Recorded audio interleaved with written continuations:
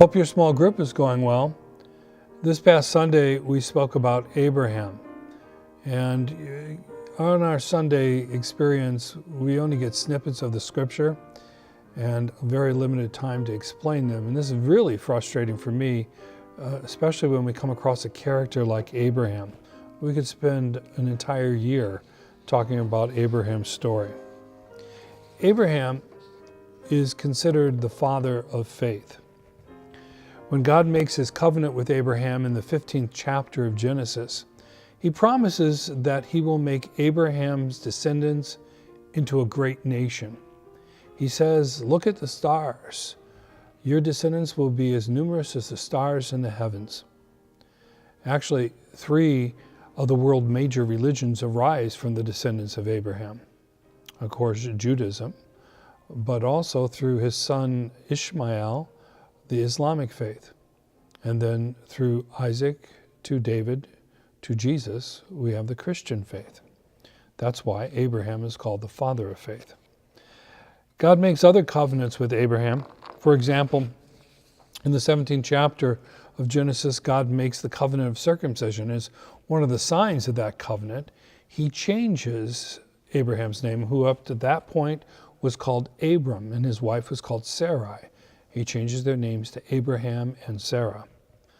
On this past Sunday, our readings focused on the most familiar part of Abraham's story, and that is the sacrifice of his son Isaac.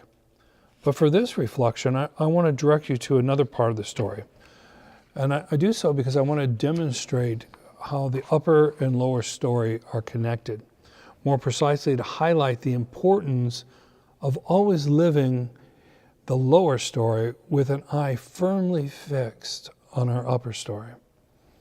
In chapter 12 of Genesis, having heard from God, Abraham abandoned his lifelong home, denied his culture, disconnected with his family, left his friends, sacrificed his real estate, and threw away any future he may have hoped for or planned. As a man in his mid-70s, he left everything behind to go who knows where. He will willingly exchange the familiar for the unfamiliar, a commitment few septuagenarians would ever consider making. With eyes set on God and the upper story, he said, "I'll trust in you, God. I'll follow you wherever you lead me." Abraham, along with his wife and his nephew Lot and his family, zigzagged from the ancient city of Ur, which was located the southern part of what is now called Iraq, and journeyed until he reached what is known today as Jerusalem. Through various ups and downs, in chapter 13 of Genesis, we read that both Abram and his nephew Lot were doing quite well. In fact, they had grown rich. They owned plenty of livestock, silver and gold, and tents. Today, we would say that they were loaded. Their prosperity came with its own challenges, however. Their increasing flocks of sheep, goats, and livestock required increasing amounts of food and water. And the current state of the land, just recovering from a famine, could not sustain both men's needs. Everything was ripe for a family feud. You see, once we experience prosperity, there's a tendency to become entitled. And that sense of entitlement does not respond well to limited resources. The fear of loss combined with the desire to acquire even more can become all-consuming. Too often, wealth can change from a blessing to an idol. The land could not sustain them, and Abraham and Lot's servants began to quarrel. So Abraham calls Lot in, and in all the ways that he could have handled the situation, especially as the senior member, Abraham chose a way in which he makes his decision by choosing to trust in God first. He basically says to Lot, "Look, you're my nephew, and we shouldn't let this problem come between us. So, look, you can choose whatever land you want. If you go to the south, I'll go to the north. If you choose the east, I'll go to the west. In other words, whatever you do, I will take what's left over." Or, "Lord, I know you will sustain me. So this decision is really about my trust in you, because I believe that no matter what's left, you will make it sufficient. Abraham is saying, Lord, I know you have a plan, an upper story, and I'm going to trust and base my decision on your upper story. On the other hand, Lot does something very different. He sees a fertile land of the Jordan Valley where there's plenty of water and lots of green grass for his herds. So Lot moves his family and his herds to this area and settles near the cities of Sodom and Gomorrah. The upper story and the lower story can also be seen as two-dimensional and three-dimensional. And this analogy can be seen in the decision-making of Abraham and Lot.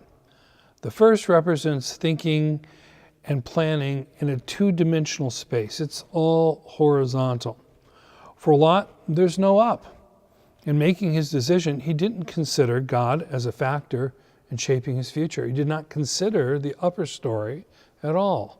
He made all his calculations based on the potential influences of nature and humanity, never considering that God might alter his world on his behalf. He looked in the Jordan River Valley and saw only lush green fields for his flocks. In his desire for more, Lot failed to consider the potential danger represented by settling by the evil twin cities that occupied the valley. There was a reason that Abraham did not set up camp near Sodom and Gomorrah, because Lot never looked, never asked, even once, for God's guidance. Never once considered whether his lower story connected to God's upper story.